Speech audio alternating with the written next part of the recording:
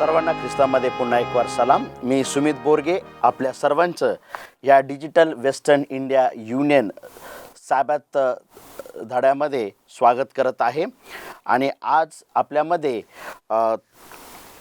1000 सदस्य देखील आहेत, त्यांचं देखील या धड्यामध्ये स्वागत करत आहे. आपण त्यांच्या परिचयाकडे वळणार आहोत. माझ्या उजव्या हाताला पास्टर बनकर आहेत. सलाम. माझ्याकडे सोमवारचं सत्र आहे आणि त्याचं शीर्षक आहे दानियल दुसरा अध्याय. त्याचप्रमाणे त्यांच्या उजव्या हाताला पास्टर अमित पारदे आहेत. सलाम. माझ्याकडे जो मथळा आहे तो दानियल या विषयी आहे. त्यांच्या उजव्या हाताला पास्टर किशोर उमाप आहेत. सर्वांना सलाम. माझ्याकडे जो मथळा आहे बुधवारचा जमीन आणि समुद्र यामध्ये. त्याचप्रमाणे आपल्यामध्ये आज पास्टर सतीश भोसले आहेत. सलाम. माझ्याकडं गुरुवार आणि शुक्रवारचं सत्र आहे. मथळा आहे पुन्हा आणि अधिक विचार.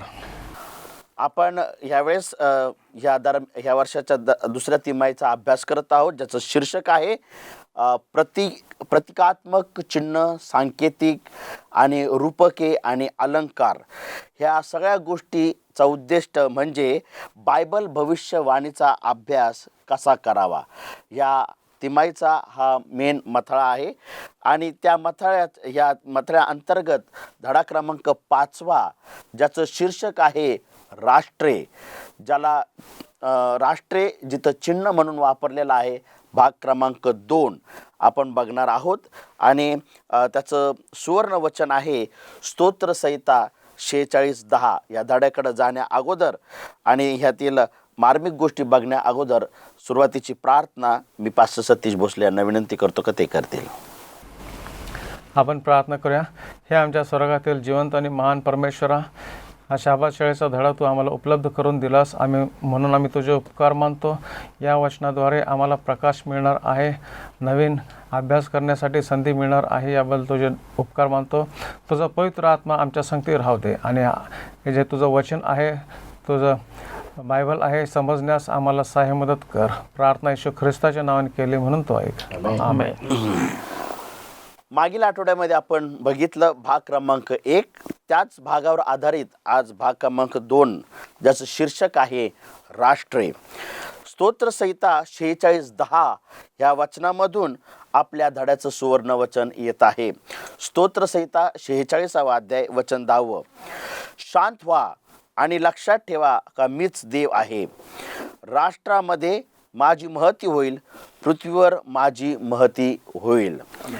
शतकानुशतके काही लोक असा युक्तिवाद करीत आहे का मानवाने पतनामध्ये पडावी ही देवाची इच्छा होती. आणि ते युक्तिवाद हा देखील करत आहे, जर मानव पतनामध्ये पडला नसता तर मग त्याचं शक्तिशाली जे प्रदर्शन होतं का मानवाच्या पतनासाठी येशू ख्रिस्ताचं रक्त सांडण्यात जावं, ही योजना प्रगट झाली नसती. म्हणून हा युक्तिवाद करत आहेत का मानवाने पतनात पडावं ही देवाची गरज होती.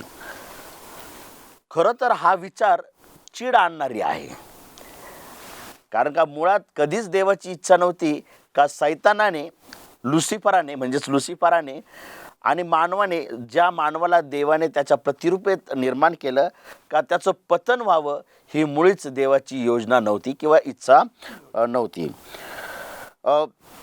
जर आमच्या पहिल्या मातापित्याने पतन जर केलेच नसते किंवा ते जर पापात पडलेच नसते तर देवामधील परिपूर्ण आनंद ते घेऊ शकले असते. या आठवडी आपण प्रामुख्याने पतनामुळं आलेली जी समस्या आहे त्याकडे बघणार आहोत. आणि त्या समस्येला मानवी शासन किंवा मानवी सरकार कसं प्रतिसाद देतं आणि कशा प्रकारे ते अयशस्वी ठरत आहे ते आपण पाहणार आहोत. आणि जसं की आपण बघितलं का मानवी शासन नेहमी देवाच्या शासनाच्या विरुद्ध आहे, हे आपण बघितलेलं आहे. ही सत्य दानियेलाच्या पुस्तकात जोरदारपणे प्रगट करण्यात आली आहेत. आणि उदाहरणार्थ आपण बघितलं का नबुखदनेझर हा मानवी राजा होता, बाबेल राजाचा, आणि त्याचं शासन हे देवाच्या शासनाचं काय होतं, विरुद्ध होतं. आणि दानियेलाच्या पुस्तकातून आपल्याला पाहायला मिळतं कारण परमेश्वर आणि त्याचं शासन नेहमी बरोबर तत्वावर आहे. तो नेहमी चांगलं करतो आहे. पृथ्वीवरील राजे आणि पाप्यांनी पाप्यावर सत्ता गाजवली याचं संयोजन कधीच ठरलेलं नाही, व्यवस्थित झालेलं नाही, हे आपल्याला या धड्यातून पाहायला मिळणार आहे. आणि म्हणून या विचाराने आपण रविवारच्या सत्राकडे जाणार आहोत. आणि त्या रविवारच्या सत्राकडे आपण जात असताना त्याचं शीर्षक आहे अगदी पहिली आज्ञा. अगदी पहिली आज्ञा. आपल्या सर्वांना ठाऊक आहे का पवित्र शास्त्रामध्ये सर्वात पहिली आज्ञा ही होती का तुम्ही झाडाचे, म्हणजे कुठल्या झाडाचं, बऱ्या वाईटचं ज्ञान करून देणारं जे झाड होतं त्याचं फळ खायला सांगण्यास, त्याचं फळ खाऊ नका अशी आज्ञा केली होती. परंतु याच्यामध्ये अशी युक्तिवाद करण्यात येत आहे का बरं काहीतरी ज्ञान देवाने मानवापासून वर्ज्य केलेलं आहे. काहीतरी ज्ञान, कारण का शेवटी झाड कशाचं होतं, बऱ्या आणि वाईट गोष्टीचं ज्ञान. मी तुमचं लक्ष केंद्रित करत आहे, ज्ञान म्हणजे हे ज्ञान जे मानवासाठी अनुभवायचं होतं, म्हणजे मानवाच्या दृष्टीने त्याला अनुभवायचं होतं, ते ज्ञान वर्ज्य करण्यासाठी देवाने काय केली होती, आज्ञा केली होती. खरोखर असं काही ज्ञान आहे का ज्या ज्ञानापासून मानवाचं वाईट होणार होतं? होय, सर्वच ज्ञान मनुष्याच्या भल्यासाठी नव्हतं, परंतु असं एक ज्ञान होतं जे मानवावर क्लेश आणि दुःख घेऊन येणार होतं. आणि त्याच ज्ञानापासून देवाने मनुष्याला काय केलं होतं, वर्ज्य केलं होतं. एदेन बाग देवाच्या पहिल्या लोकांसाठी एक वर्ग होता. आणि ह्या वर्गामध्ये देव नुसता आपल्या लोकांची पित्यासारखी त्याच्या चिंता नव्हती, तर त्या वर्गामध्ये परमेश्वर निर्मितीला शिकवित होता. या निर्मिलेल्या एदेन बागेतून परमेश्वर त्यांना शिकवत होता त्याचं दैवीपण.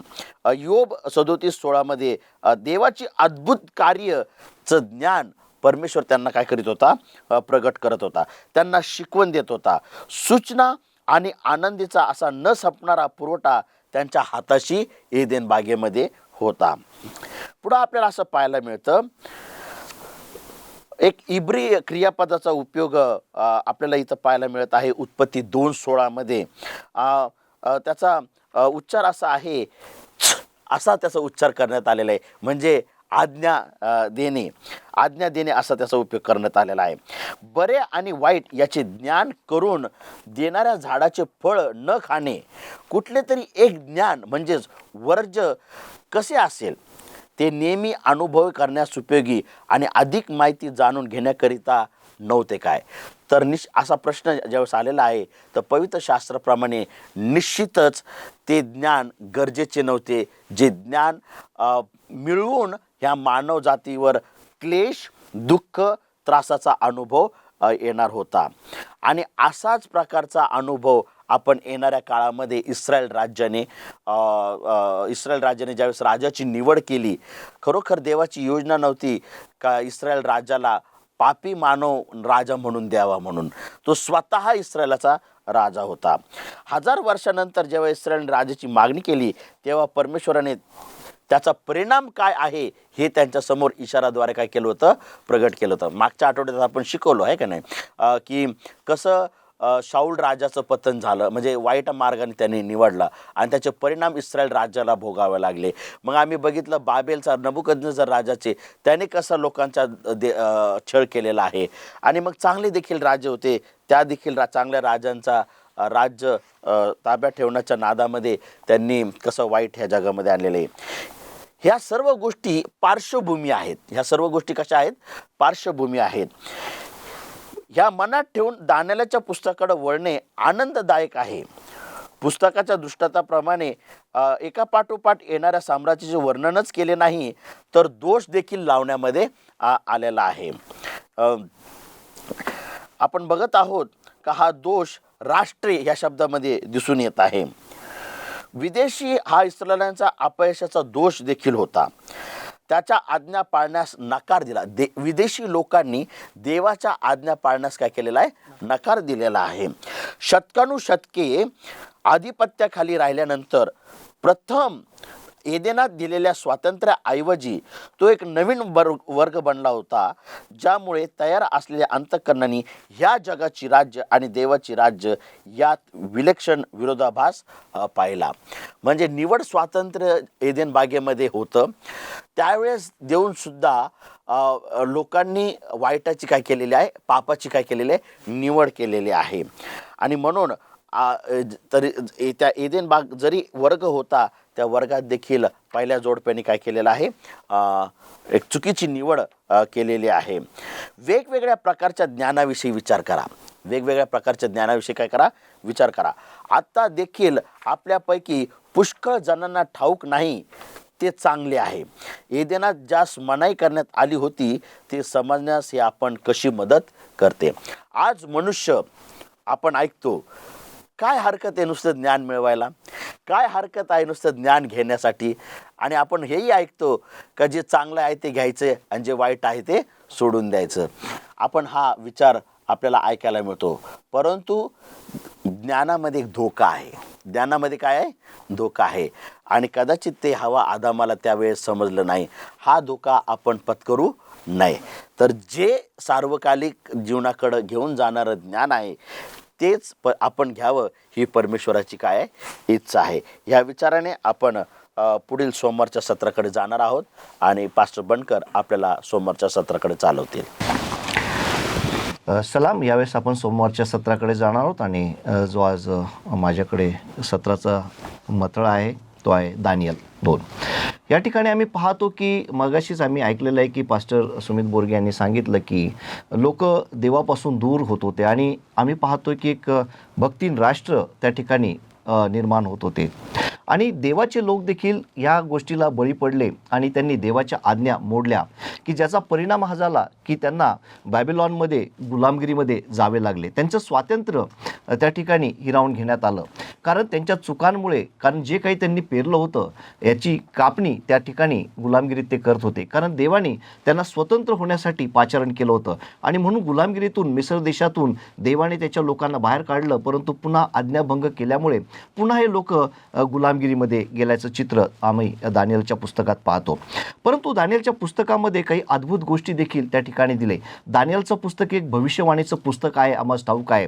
आणि दानियलचा दुसरा अध्याय जो आहे हा फार सुंदर आहे, कारण त्या ठिकाणी एक सुंदर आणि फार अतिशय महत्त्वाची अशी भविष्यवाणी आम्ही पाहतो. ही भविष्यवाणी इतक्या अद्भुत रीतीने आणि इतक्या सुंदर रीतीने दिली आहे की आम्ही पाहतो की ती चिन्ह, रूपक, प्रतीक वापरून त्या ठिकाणी एका स्वप्नाच्या द्वारे देवाने त्या ठिकाणी ती भविष्यवाणी की शेवटच्या काळामध्ये जग आणि जगातील राष्ट्र, जगाची स्थिती कशा प्रकारे असेल आणि या सगळे राष्ट्र एक काळी संपुष्टात येऊन देव त्याचं अद्भुत राष्ट्र कशा प्रकारे स्थापन करेल याविषयीचा सुंदर वृत्तांत चिन्ह, रूपक आणि प्रतीक वापरून त्या ठिकाणी केलेला आम्ही पाहतो. आणि इतकंच नाही तर आम्ही पाहतो की या जी भविष्यवाणी आहे ती भविष्यवाणीतील सगळ्यात महत्त्वाची गोष्ट आहे की राजाला जे नबुकदनेस्सर राजाला जे स्वप्न पडलं ते स्वप्नामध्ये त्यांनी भव्य अशी मूर्ती पाहिली, की जी मूर्ती तिचे शरीराचे भाग जे होते ते वेगवेगळ्या धातूंनी बनलेले होते आणि पायाकडचा जो भाग होता हा माती आणि लोखंड याचं मिश्रणाचा आम्ही त्या ठिकाणी पाहतो.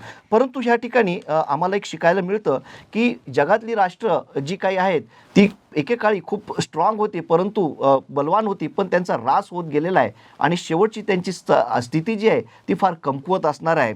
आणि आम्ही पाहतो की शेवटी सर्व गोष्टींवर परमेश्वराची सत्ता कायम आहे. आणि ह्या ठिकाणी लेखक लिहित आहे की त्या काळातली परिस्थिती म्हणजे 19व्या शतकात आम्ही जाऊया. 19व्या शतकाच्या शेवटी पुष्कळ लोकांनी मानवाची प्रगती जी पाहिली त्यातून त्यांना एक विश्वास आला की माणूस हा खूप प्रगती करत आहे. आणि त्यावेळेस भविष्याविषयी महत्त्वाचं एक प्रदर्शन होतं की जे 1900 सालामध्ये पॅरिसचे प्रदर्शन म्हणून प्रसिद्ध झालेलं आहे. त्या ठिकाणी सर्व प्रकारच्या तांत्रिक आणि विज्ञानाची प्रगती त्या ठिकाणी दाखवण्यात आली आणि दाखवण्यात आलं की मनुष्य किती प्रगत झालेला आहे. आणि खरोखर मानवाला एक आशा निर्माण झाली, आशावाद होता की या प्रगतीमुळे, तंत्रज्ञान आणि विज्ञानाच्या प्रगतीमुळे मनुष्याचे जे सर्व समस्या आहेत, प्रश्न आहेत ते संपुष्टात येण्यासाठी या विज्ञानाचा उपयोग आम्हाला करता येईल. आणि इतकंच नाही तर 20व्या शतकामध्ये प्रवेश करताना विचारवंतामध्ये हा पण फार मोठा आशावाद निर्माण झाला होता की मानवाकडे जे तर्कज्ञान आहे, विज्ञानाचं ज्ञान आहे, त्याच्याद्वारे आम्ही एका आदर्श आणि एका अद्भुत अशा राष्ट्रांची, एका राज्याची, नवीन युगाची आम्ही सुरुवात करू शकतो. पण आम्ही पुढे पाहतो की 20व्या शतकामध्येच पाहतो आम्ही की पहिल्या महायुद्धाने त्यांची सर्व स्वप्न धुळीस मिळवल्याचं आम्ही पाहतो. कारण त्या ठिकाणी असं म्हटलेलं आहे की या पहिल्या महायुद्धामध्ये जवळजवळ 20 कोटीपेक्षा अधिक लोक मारण्यात आले, गमावण्यात आले. आणि मग त्यावेळेस माणसाला कळलं की आम्ही तांत्रिक दृष्टीने फार प्रगत झालो आहोत, विज्ञानाच्या दृष्टीने आम्ही खूप प्रगत झालो आहोत, पण खात्रीने नैतिकदृष्ट्या आम्ही खूप मागे गेलेलो आहोत. आमची नैतिक दृष्टीने खूप ऱ्हास झालेला आहे. ही गोष्ट त्या काळात मानवाने मान्य केलेली आहे. मार्टिन लुथर किंग ज्युनियर यांनी म्हटलं आहे की आमच्याकडे लक्ष्याचा भेद करणारे खूप सुंदर मिसाईल, चांगले मिसाईल्स आहेत, परंतु आध्यात्मिक दृष्टिकोनात आणि नैतिक दृष्टिकोनात आम्ही मानवाची दिशाभूल केलेली आहे आणि हे फारच भयंकर आहे. आणि मग आम्ही पाहतो की जे भविष्यवाणीचे विद्यार्थी आहेत, या भविष्यवाणीचा जेव्हा ते अभ्यास करतात त्या ठिकाणी सुंदर रूपकांच्या द्वारे आम्ही पाहतो की सोनं, रूपं, पितळ आणि शेवटी लोखंड आणि माती यांचा उल्लेख केलेला आहे. मगाशी सांगितल्याप्रमाणे त्या मूर्तीमध्ये हे भाग होते आणि हेच आम्हाला दाखवतात की राष्ट्र हे कमकुवत ते जरी प्रबळ होत आले तरी पण तुमच्या ऱ्हास होत गेलेला आम्ही पाहतो. पुढे चार्ल्स डार्विन आणि कार्ल मार्क्स आणि इतर 19व्या शतकातील विचारवंतांनी आम्हाला पटवून देण्याचा प्रयत्न केला की मानवजाती पुन्हा कशी तरी वर प्रगती करत आहे, म्हणजे जीवशास्त्राप्रमाणे सामाजिकपणे विकास पावत आहोत.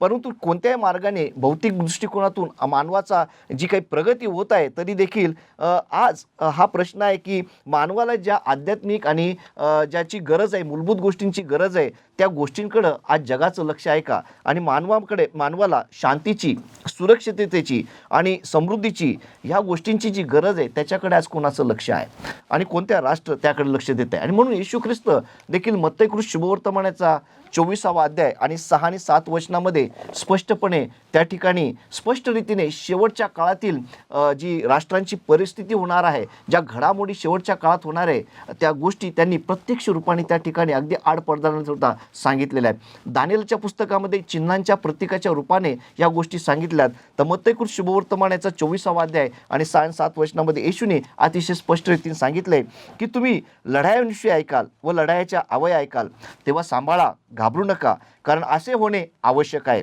परंतु तेवढ्यात शेवट होत नाही, कारण राष्ट्रावर राष्ट्र व राज्यावर राज्य उठेल आणि जागोजागी दुष्काळ व भूमिकंप होतील. हा इशारा, जे इशारे आहेत शेवटच्या काळातले, हे प्रभू येशू ख्रिस्ताने 2000 वर्षापूर्वी आम्हाला दिलेला आहे. दानिएलच्या पुस्तकाच्या द्वारे तो आधीच देवाच्या लोकांना तो इशारा देवाने देऊ केलेला आहे. आणि मग हा इशारा देण्याचं जे कारण आहे आणि देवाचे लोक आणि जगातली राज्य, आज आमची भूमिका काय? दानिएलच्या भविष्यवाणीतून आज देवाच्या लोकांची नेमकी त्या काळामध्ये, शेवटच्या काळात काय भूमिका असावी? तर आम्ही पाहतो की सगळ्यात पहिलं की जेव्हा ही परिस्थिती होईल किंवा राष्ट्र उठतील आणि राज्य उठतील, देवाच्या नावाने देवाच्या लोकांचा छळ व्हायला सुरुवात होईल, तर त्यावेळेस प्रभू येशू ख्रिस्त म्हणत आहे की तुम्ही घाबरून जाऊ नका, कारण ह्या गोष्टी होणे आवश्यक आहे. हे येशूने आम्हाला आधीच भविष्यवाणीच्याद्वारे तो इशारा दिलेला आहे. मग ही गोष्ट घाबरण्यासाठी नाही, पण जेव्हा या गोष्टी आम्ही घडताना बघू तेव्हा आमचा येशूमधील विश्वास अधिक दृढ होईल, कारण त्या गोष्टी येशूने आम्हाला 2000 वर्षापूर्वी आधीच त्यांच्या इशारा आणि भविष्यवाणीच्याद्वारे तो इशारा येशू ख्रिस्ताने आम्हाला आधीच दिलेला आहे. म्हणून आम्ही विश्वासामध्ये अधिक बलवान आणि स्थिर होऊ आणि त्या गोष्टींचा सामना करण्याकरता पवित्र आत्म्याच्या द्वारे आणि देवाच्या मार्गदर्शनाखाली आपण आपली जी योग्य ती तयारी, आध्यात्मिक, मानसिक, शारीरिक प्रत्येक गोष्टीची जी तयारी आहे ती आपण चांगल्या रीतीने करणं गरजेचं आहे. कारण बायबलमध्ये पहिल्याच दानिएलच्या भविष्यवाणीमध्ये सांगितल्याप्रमाणे आम्ही पुन्हा सांगू इच्छितो की सर्व राष्ट्र एकेकाळी संपुष्टात येतील आणि देव त्याचं राज्य प्रस्थापित करेल. आणि म्हणून देवाच्या लोकांना घाबरण्याची गरज नाही, पण एका गोष्टीचं अगत्य आहे की आम्ही घाबरू नये, पण जी योग्य ती तयारी आम्ही करावी, देवाकडे ज्ञान आणि बल मागावे. जसं दानिएलाने स्वप्नाचा अर्थ समजण्यासाठी देवाकडे ज्ञान आणि बल मागितलं, देवाकडे ते मागितलं, आज देवाच्या लोकांनी ते मागणं गरजेचं आहे. आणि जरी जगाची जी परिस्थिती आहे, पण आम्ही देवाचे लोक या नात्याने आम्ही सगळ्या गोष्टीत तयारी करावं, विश्वासामध्ये दृढ राहावं आणि शेवटी आमचा जो विश्वास आहे त्या विश्वासामध्ये स्थिर राहू. आम्ही घाबरू नये, कारण देव एक दिवस त्याचं राज्य आणि त्याचं जे सार्वकालिक राज्य आहे ते एक दिवस देव प्रस्थापित करेल. याच्या सुंदर भविष्यवाण्यांच्या द्वारे आम्ही त्या ठिकाणी पाहत आहोत. या विचारांनी की देव एक दिवस त्याचं राज्य स्थापित करणार आहे, या विचाराने या ठिकाणी मी सोमवारचं सत्र संपवत आहे. धन्यवाद पास्टर बनकर साहेब. सुंदररित्या तुम्ही सोमवारचं सत्र चालवलेलं आहे. दानियल 2 जरी राष्ट्रांचे उगम सांगत आहे का राष्ट्रानंतर राष्ट्र, राष्ट्रानंतर राष्ट्र उघड झालेलं आहे, पण हे तेवढंच समाधानकारक आहे का या सर्व राष्ट्रानंतर देव त्याचं राज्य स्थापन करणार आहे, आणि ते फार महत्त्वाचं आहे, ते फार आशादायी आहे. यानंतर आपण मंगळवारच्या सत्राकडे जाणार आहोत, आणि त्या मंगळवारच्या सत्राचं शीर्षक आहे दानियल 7, ज्या सत्रामध्ये पास्टर अमित पारदे आपल्याला चालवणार आहेत. सलाम. माझ्याकडं मंगळवारचं सत्र आहे दानियल 7, आणि जसं आपण सोमवारच्या अभ्यासामध्ये पाहिलं, दानियल 2 आणि दानियल 7 ही फार महत्त्वाची अध्याय आहेत की ज्याद्वारे परमेश्वरानं आपल्याला अतिशय दीर्घकाळाचं जे जगिक घडामोडी आहेत त्याचा इतिहास आपल्याला परमेश्वरानं अगोदर दाखवलेला आहे, आणि आपल्या दृष्टीने फार महत्त्वाचे आहे. सेव्हन्थ ॲडव्हेंटिस्ट लोकांच्या दृष्टीनं दानियलचं पुस्तक अतिशय महत्त्वाचं आहे, आणि म्हणून आपण त्याचा अभ्यास या ठिकाणी करत आहोत. दानियल 2 मधली स्वप्न प्रथम बाबिलोनच्या राजाला दर्शनात आलं, दाखवण्यात आलं, आणि त्याच्यानंतर दानियल 7चा दृष्टांत इब्री संदेष्टाला दर्शवण्यात आलं किंवा दाखवण्यात आलं, जो देवाच्या करारातील एक महत्त्वाचा व्यक्ती म्हणून आपण त्या ठिकाणी पाहतो. दानियलास तोच विषय दाखवण्यात आला जो विषय नबुकदनेस्सरला दाखवण्यात आला, एक राष्ट्रांची निर्मिती आणि त्यांचं पतन. हा विषय दोन्ही अध्यायांमध्ये फार महत्त्वाचा आहे, पण वेगळ्या दृष्टिकोनातून. आता दानियल 2 मध्ये आपण एक भव्य पुतळा पाहतो, पण दानियल 7 मध्ये आपण शापदांच्या रूपकानं किंवा चिन्हानं आपण त्या ठिकाणी ते राज्य किंवा साम्राज्य पाहतो. त्यानं पाहिलं की समुद्रामधून वेगवेगळे राष्ट्र काय होत आहेत, उदयास येत आहेत. परंतु एक असं त्यांनी दृष्टांतामध्ये पाहिलं की वाऱ्यानं खवळलेला समुद्र, वाऱ्यानं खवळलेला काय समुद्र, याचा अर्थ या ठिकाणी आपण पाहतो की सतत एकमेकांसंगती लढाया आणि संघर्ष. लक्षात घ्या, आपण राष्ट्रांविषयी पाहत आहोत, चिन्हाविषयी पाहत आहोत, तर राष्ट्रांमध्ये होणारी खळबळ, संघर्ष या ठिकाणी आपण पाहतो. काही वचनं या ठिकाणी दिले ते आपण वाचणार नाही, परंतु देवाचं राज्य हे एका झऱ्याच्या रूपानं दर्शवलेलं आहे. आपण जे यिर्मयाचं पुस्तक 17 अध्याय 12 आणि 13 वचन वाचलं, देवाला त्या ठिकाणी जिवंत पाण्याचा झरा म्हटलेला, आणि त्याच्या विरुद्ध ही राष्ट्र कशी आहेत बरं, समुद्र, खवळलेली समुद्र, शांत नाहीत. पण देवाचं राज्य कसं आहे, एक झऱ्यासारखं शांत आणि निर्मळ आहे.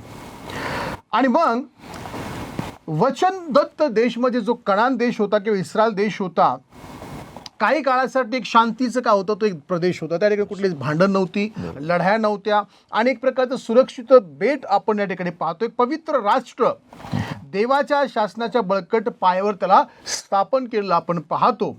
पण काही काळासाठी तिथं पण सुरू झालं, तिथं पण युद्ध सुरू झाले, त्या ठिकाणी बरेचसे काही घडामोडी घडल्या.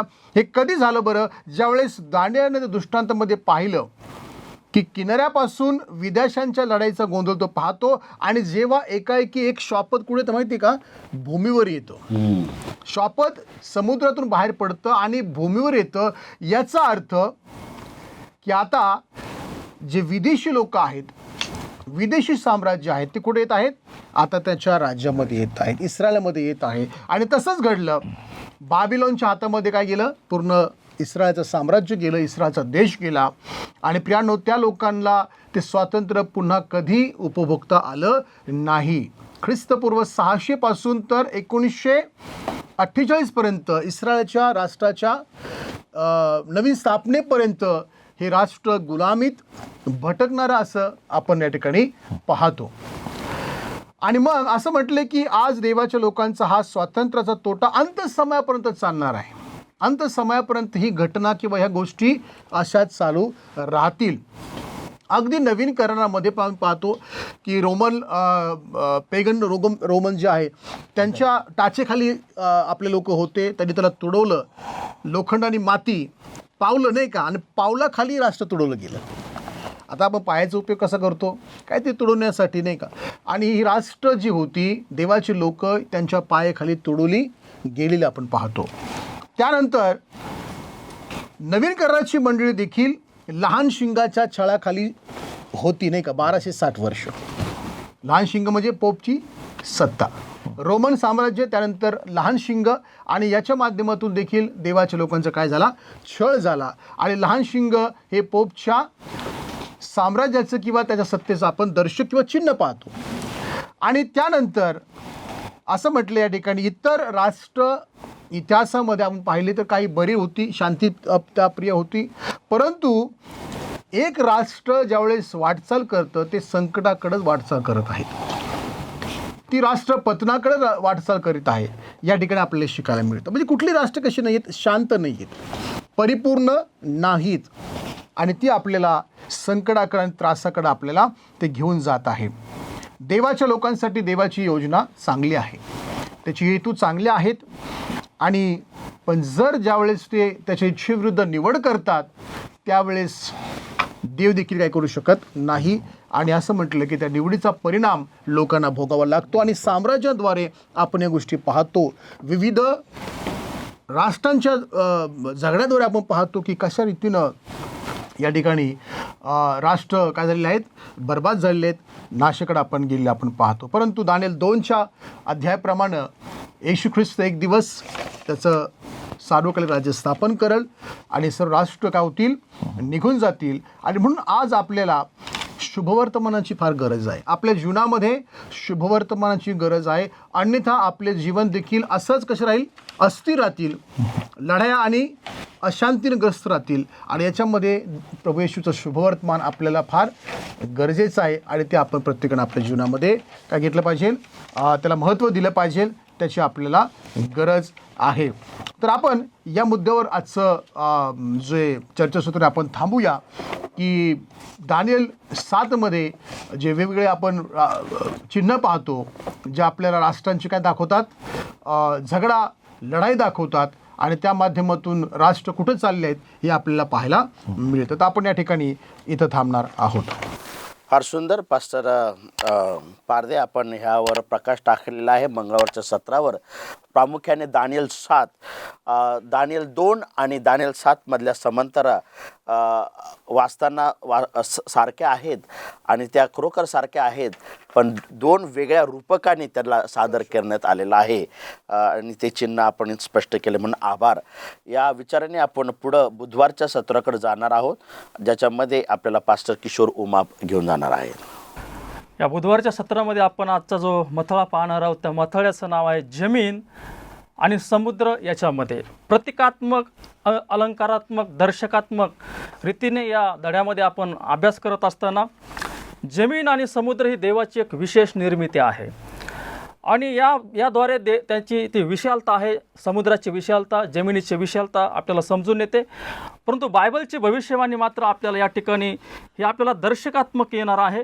आणि यावेळेस मागच्या आपल्या मुद्द्यामध्ये आपण दानिएलच्या पुस्तकातून बघितलं, परंतु ही जी रूपके आलेली आहेत, समुद्र आणि जमीन, ही त्या ठिकाणी प्रगटीकरणाच्या पुस्तकामधून आपण त्याचा अभ्यास करणार आहोत. आता जमीन आणि समुद्र ही एक त्या ठिकाणी लेखकाने परस्पर विरोधी दाखवण्यात आलेली आहे.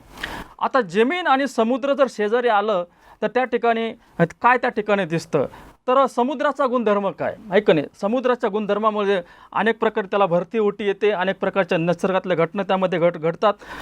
जमीन म्हटल्यानंतर ती एका जागेवर स्थिर आहे, परंतु समुद्राचं मात्र तसं नाही. समुद्रामधून त्या ठिकाणी अनेक तो खवळतो, आणि त्या समुद्रातलं जे पाणी आहे ते मात्र भूमीवर येतं. आणि अशा वेळेस तिथं लिहिलेले लेखक त्या ठिकाणी आपल्याला सांगतात. त्या लेखकाचं नाव या ठिकाणी सांगण्यात आलेलं आपल्या सेवंथ डे ॲडव्हेंटिस्ट जनरल कॉन्फरन्सचे बिट्रॉस एस नील यांनी एक विधान केलेलं आहे की जमीन आणि समुद्र जर शेजारी शेजारी ठेवल्यास पृथ्वी नेहमी व्यवस्थित जग साजरं करतं, किंवा पृथ्वीला त्या ठिकाणी इस्रायलचा प्रदेश म्हटलेला आहे, आणि समुद्र म्हणजे विधर्मी राष्ट्र आहे. त्यावेळेस समुद्र जमिनीला संकटात टाकतो असं म्हटलेलं आहे. त्यांचं असं विधान आहे. म्हणजे त्या ठिकाणी त्या पाण्यामुळे भूमी त्या ठिकाणी संकटामध्ये या ठिकाणी येते. मग आता जमीन याचा दर्शक काय? जमीन म्हणजे एक स्थिर जागाचं दर्शक आहे, स्थिरता आहे.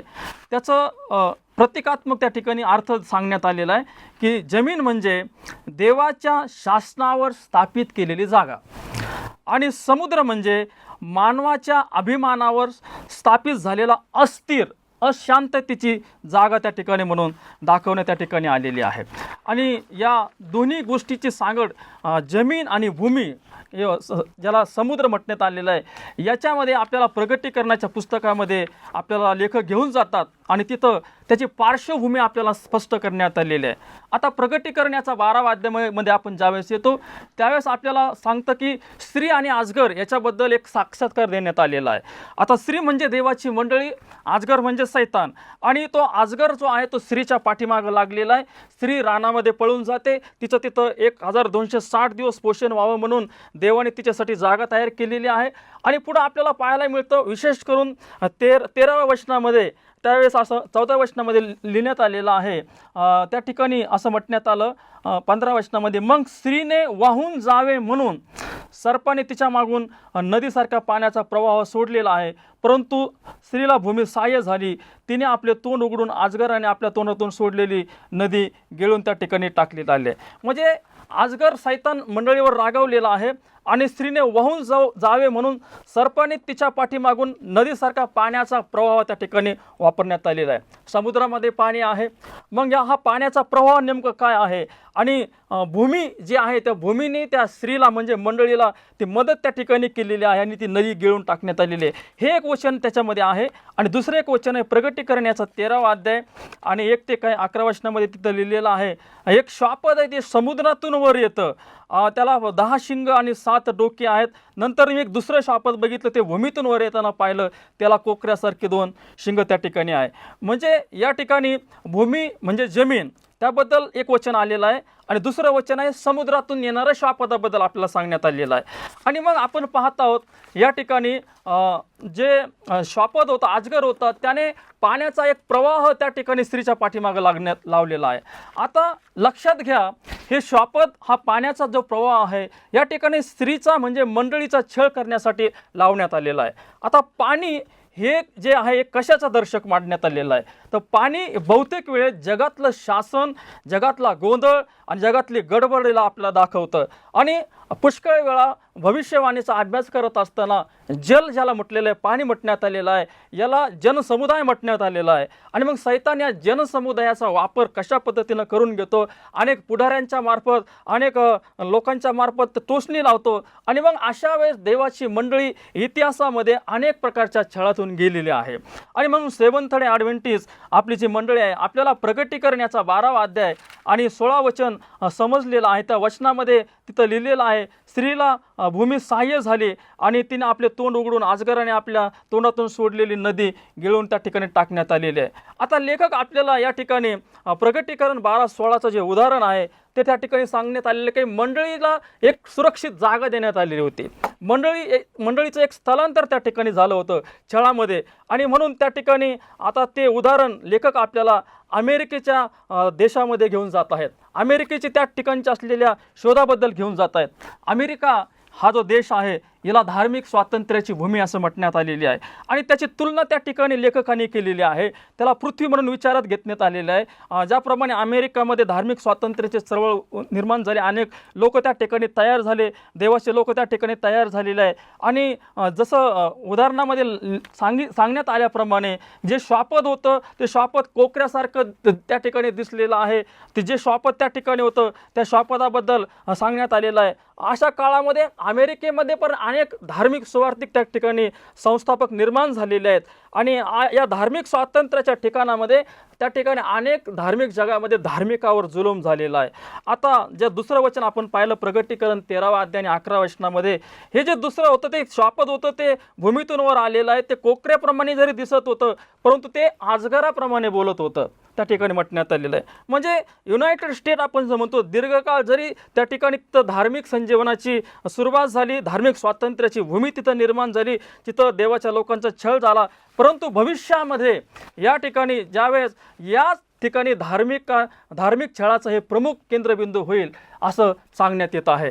आणि म्हणून दुसरं उदाहरण आहे की मानवाने स्वतः राज्य चालवण्याची त्या ठिकाणी निवड केली आणि देवाच्या राज्याला त्या ठिकाणी नाकारलेलं आहे. आणि म्हणून प्रियांनो, आज हे दोन जमीन आणि समुद्र हे भविष्यासाठी बायबलमध्ये एक सूचनात्मक गोष्टी दिलेल्या आहेत. हे प्रगटीकरणाच्या पुस्तकामध्ये सांगण्यात आलेलं आहे. आणि याद्वारे देवाने जी काही गोष्टी या ठिकाणी आपल्याला प्रगटीकरणामध्ये प्रगट केलेल्या आहेत. निश्चित मंडळी छळातून गेलेली आहे, परंतु मंडळी छळातून जात असताना आपल्याला त्या ठिकाणी देवाच्या राज्याचा विचार करायचा आणि देवामध्ये आपल्याला टिकून राहायचं. ही प्रतिकात्मक रूपके या ठिकाणी यामध्ये आलेले आहेत.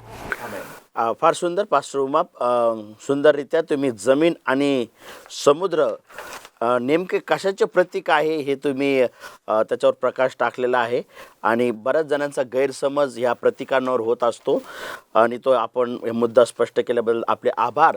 आणि ह्याच विचाराने पुढं आपण जात आहोत पुढील सत्रामध्ये गुरुवारच्या, ज्याच्या पास्टर सतीश भोसले आपल्याला चालवतील. गुरुवारच्या सत्राचा मथळा आहे पुन्हा भविष्यवाणी.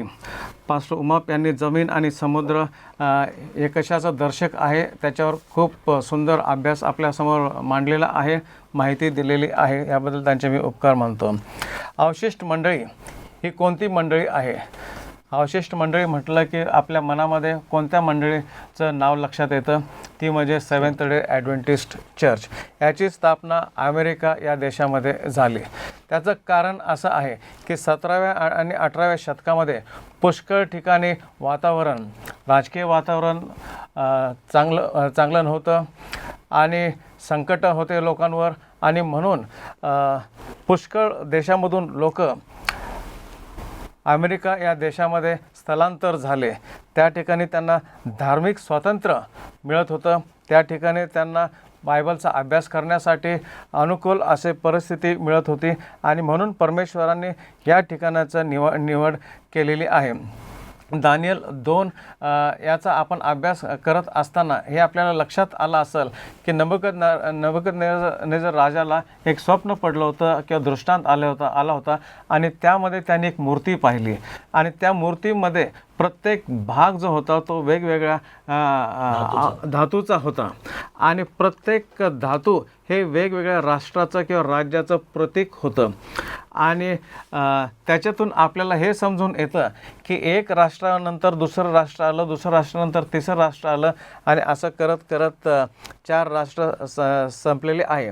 मी दानियल 2 याचा 2 अध्याय आणि 32 वचन वाचत आहे की पुतळ्याचे डोके शुद्ध सोन्याचे होते, छाती आणि हात चांदीचे होते, पोट व वरील पायाचा बाकीचा भाग काशाचा होता, खालील पायाचा भाग लोखंडाचा होता. या पुतळ्याची पावले लोखंड व माती यांची होती. आणि याचा अर्थ जर आपण पाहिला तर याच्यामध्ये 4 राज्य आपल्याला पाहायला मिळतात की बाबेल, मेद पर्शिया, ग्रीस आणि रोम. पण हे जगिक राज्य आहेत, हे जगिक साम्राज्य आहेत.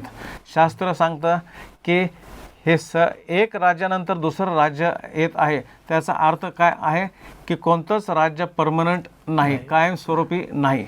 पण शेवटच्या काळामध्ये ज्यावेळेस येशू ख्रिस्त या जगामध्ये पुन्हा येईल त्यावेळेस येशू ख्रिस्ताच्या राज्याची स्थापना होईल आणि ते राज्य कधीच संपणार नाही.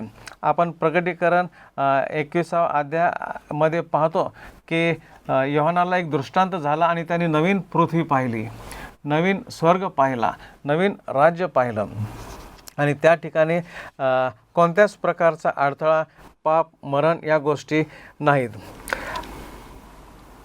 देवदूत प्रकटीकरण 10वा अध्याय आणि 11 वचन मला वाचायचं आहे. तेव्हा मला सांगण्यात आले, तू पुन्हा पुष्कळ लोकांना, राष्ट्रांना, वेगवेगळ्या भाषा बोलणाऱ्यांना व राजांना संदेश सांगितले पाहिजे. तर या ठिकाणी आपल्याला या अवशिष्ट मंडळीच्या स्थापनेचा परत एक वेळेस उद्देश जो आहे त्याची आठवण करून देण्यात येत आहे. आता पुन्हा भविष्यवाणी कर हे आपल्याला देवदूत मोठ्या वाणीने म्हणाला. जसे प्रकटीकरण 14:3 देवदूत आणि प्रकटीकरण 18चा देवदूत हा इतिहासामध्ये तातडीचा क्षण होता. जेव्हा अवशिष्ट मंडळीची स्थापना पुष्कळ लोक, राष्ट्रे, भाषा आणि राजे यांच्यासाठी होती. प्रकटीकरण 10:11 याचा उल्लेख केलेला आहे. देवदूताच्या हातात एक लहान पुस्तक होते. दानिएलच्या पुस्तकासारखे. आपण दानिएल 12:4 जर पाहिलं तर आपल्याला त्या ठिकाणी पाहायला मिळतं की पण दानिएला, तू हा संदेश गुप्त ठेव, तू खाते बंद करून टाक, अंतकाळापर्यंत हे तू गुप्त ठेवले पाहिजेस. खूप लोक इकडे तिकडे सत्य ज्ञानाचा शोध घेतील आणि सत्य ज्ञान वाढेल. जे पुष्कळ पिढ्यानंतर पहिल्यांदाच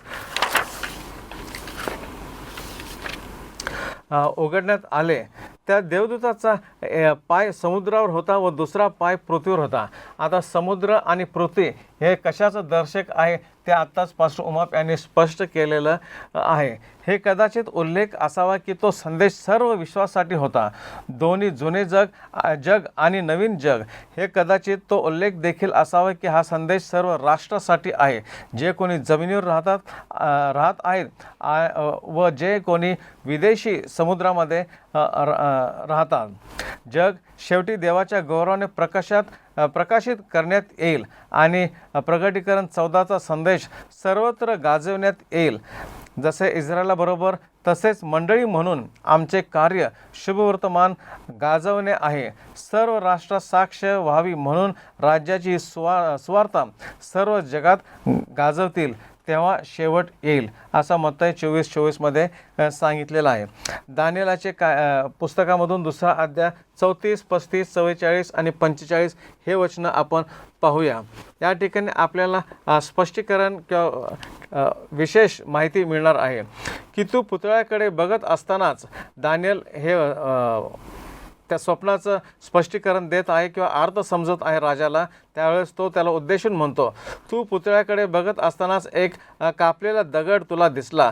तो दगड कोणा माणसाने छेदलेला नव्हता. मग तो दगड हवेतून गेला आणि पुतळ्याच्या लोखंड व माती यांनी बनलेल्या पायावर आदळला. त्याने पावलांचा चक्काचूर केला. 44 वचन म्हणतं, 4थ्या राजाच्या कारकिर्दीत स्वर्गातला देव आणखी एक राज्य निर्माण करील, ते कायमचे राहील. हे वचन आपल्याला एक आशा देतं. हे वचन आपल्याला आपल्या विश्वासाचा एक आधार आहे की परमेश्वर किंवा येशू ख्रिस्त ज्या राज्याची स्थापना करणार आहे ते कधीच संपणार नाही. आणि म्हणून आपण त्या राज्याकडे वाटचाल करणं खूप गरजेचं आहे. आणि आपण अशा काळात जगत आहोत की सर्व राष्ट्रांचं साम्राज्य किंवा सत्ता संपत आलेली आहे आणि शेवटच्या काळामध्ये जो छळ होणार आहे, चिन्ह होणार आहेत, त्यानंतर येशू ख्रिस्त निश्चितच येणार आहे. आणि जे भविष्यवाणी दानिएल याच्या पुस्तकामध्ये 2ऱ्या अध्यायामध्ये 7व्या अध्यायामध्ये लिहिलेलं आहे ते पूर्ण होत आहेत. यावरून दिसून येतं की शास्त्रामध्ये जे लिहिलेलं आहे ते तंतोतंत घडलेलं आहे. आणि म्हणून येशू ख्रिस्ताचं येणं जे भाकीत केलेलं आहे ते देखील तंतोतंत घडणार आहे. फार सुंदर पास्टर भोसले, आपण गुरुवार आणि शुक्रवारच्या सत्रावर प्रकाश टाकलेला आहे. आपण ह्यावेळेस एका वाक्याच्या निष्कर्षणाकडे जात असताना जो परिचय आहे आणि जो रविवारचं सत्र आहे याचा जो निष्कर्ष आहे किंवा सारांश आहे तो असा आहे का सर्व राष्ट्र एकमेकावर उठतील, सर्व राष्ट्र एकमेकांमध्ये भांडणं करतील, शांती नसणार, आशा नसणार. परंतु अशा एका राष्ट्राची, अशा एका राज्याची प्रगटीकरण प्रस्तुती करत आहे ज्या राज्यामध्ये शांती, आनंद, अविनाशीपणा, सुख असणार आहे. आणि ते राज्य म्हणजे प्रभू येशू ख्रिस्ताचं राज्य असणार आहे. या ठिकाणी आपण सोमवारचं जे सत्र आहे त्याच्या सारांश आपण काढणार आहोत. या ठिकाणी आपण 2 भविष्यवाण्या त्या ठिकाणी पाहिल्या, दानिएल 2रा अध्याय आणि मत्तई 24 आणि 7.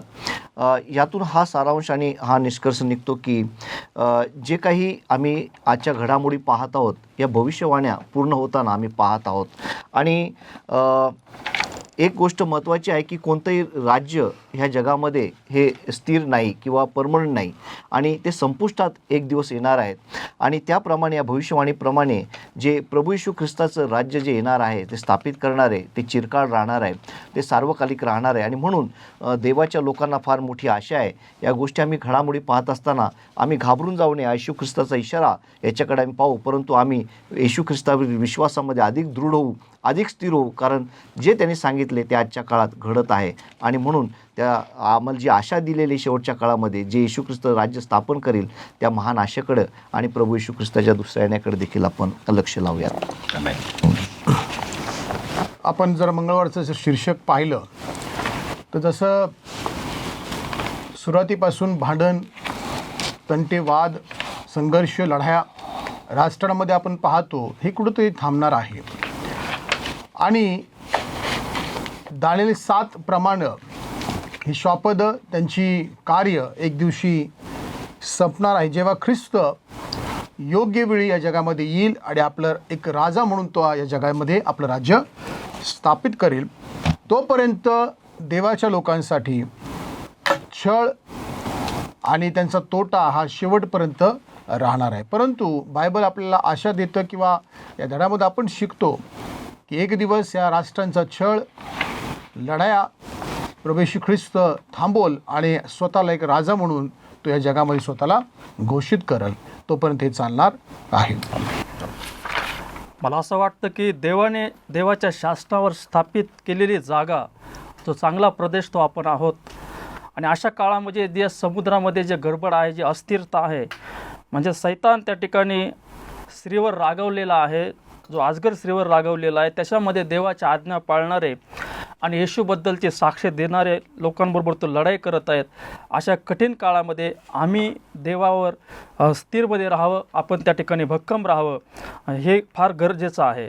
लवकरच शेवटच्या काळामध्ये सत्ता बदलल्या जातील आणि घटना घडतील, परंतु अशा काळामध्ये आपण देवामध्ये स्थिर असणं किती गरजेचं आहे ते आजच्या या धड्यातून आपल्याला समजून येईल.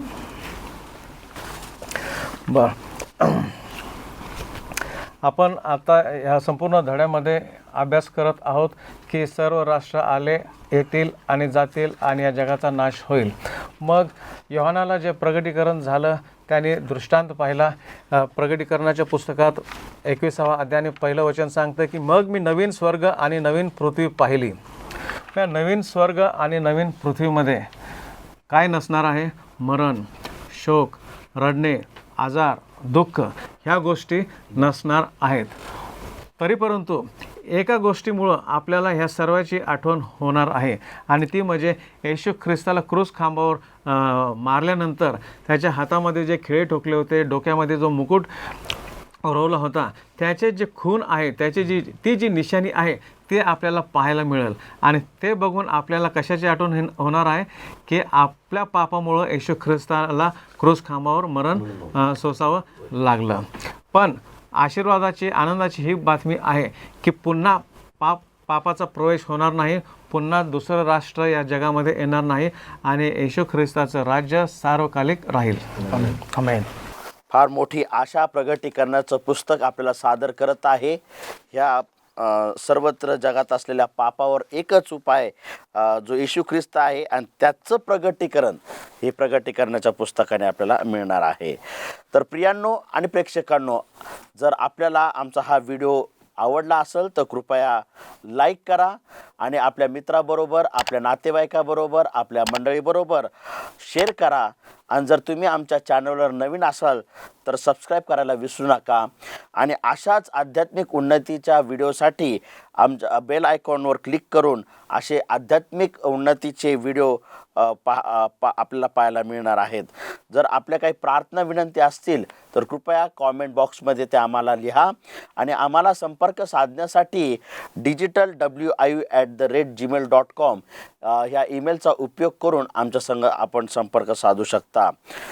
तसंच या प्रकल्पासाठी आपल्या वैयक्तिक, कौटुंबिक आणि मंडळीच्या प्रार्थनेमध्ये आठवण ठेवा. या सत्राचा शेवट करण्यासाठी आपण आपल्यामध्ये पास्टर बनकर आहेत, ते आपल्यासाठी शेवटची प्रार्थना करतील. आपण प्रार्थना करू. स्वर्गातील प्रेमळ पित्या प्रभू, आम्ही या सत्राबद्दल तुम्हाला धन्यवाद देतो. जी चर्चा झाली, जे विश्लेषण सुंदर रीतीने प्रभू देवबापा तुझ्या प्रत्येक सेवकाने ह्या ठिकाणी दिलेलं आहे. देवबापा, निश्चितच त्याद्वारे तुम्ही आमच्या आध्यात्मिक जीवनामध्ये वाढ आणि उन्नती केली आणि भविष्यवाण्या समजण्यासाठी आमची आणि जे ऐकणार आहेत त्या सर्वांची तुम्ही सहायता केलेली, त्याबद्दल धन्यवाद. प्रभू, हे वचन जे आलेलं आहे प्रभू, जे आम्हाला आध्यात्मिक मानना आणि ज्ञान मिळालं, ते आमच्या आणि इतरांच्या उन्नतीकरता उपयोगात यावं, की ज्याद्वारे तुमच्या राज्याची वाढ होईल, असं तुम्ही होऊ द्या. येशूच्या नावात प्रार्थना केली म्हणून तुम्ही ऐका. आमेन. पुन्हा भेटूया पुढील आठवड्यामध्ये एका नवीन धड्याबरोबर. तोपर्यंत सर्वांना ख्रिस्तामध्ये सलाम. चला.